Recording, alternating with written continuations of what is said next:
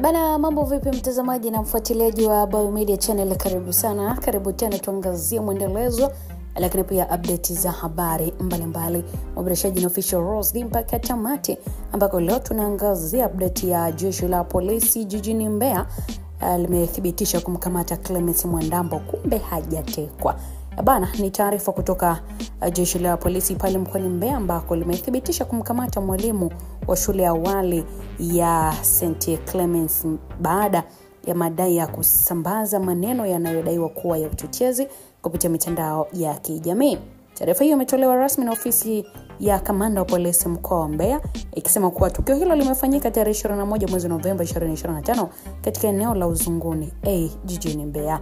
Kwa mujibu wa taarifa hiyo, mtuhumiwa alikamatwa majira ya saa 5:20 asubuhi kufuatia malalamiko yaliyowasilishwa polisi kwamba alikuwa ametumia kurasa zake za Facebook na Instagram kuchapisha taarifa zinazodaiwa kuhamasisha taharuki na kuweza kusababisha uvunjifu wa amani. Polisi wamesema mara baada ya kupokea taarifa hizo, waliendesha uchunguzi wa haraka ambao ulipelekea hatua ya kumkamata kwa ajili ya kuendelea na mahojiano. Jeshi la polisi jijini Mbeya limeeleza kuwa mitandao ya kijamii imeendelea kuwa chanzo kikubwa cha kusambaza taarifa mbalimbali, hivyo wananchi wanatakiwa kutumia majukwaa yao kwa uangalifu na kufuata sheria za nchi.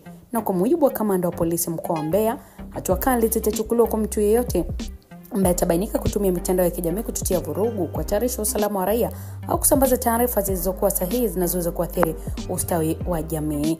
Taarifa hiyo imeongeza kuwa uchunguzi bado unaendelea na mtuhumiwa atafikishwa mahakamani mara tu baada ya upelelezi kukamilika. Hata hivyo, polisi wamesisitiza kuwa hatua hii haikusudiwi kuzuia uhuru wa raia kujieleza, bali inalenga kuhakikisha uhuru huo unatumika kwa kufuata misingi ya sheria na kuheshimu haki za watu wengine.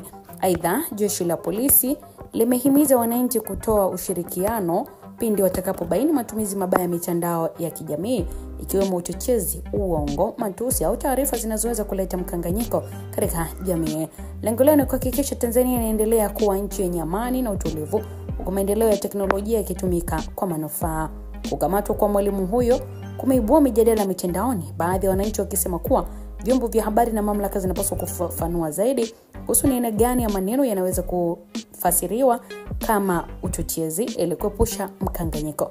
Wengine wamepongeza hatua za polisi wakisema zinasaidia kudhibiti matumizi mabaya ya mitandao ya kijamii ambayo yameongezeka kwa kasi katika miaka hivi karibuni.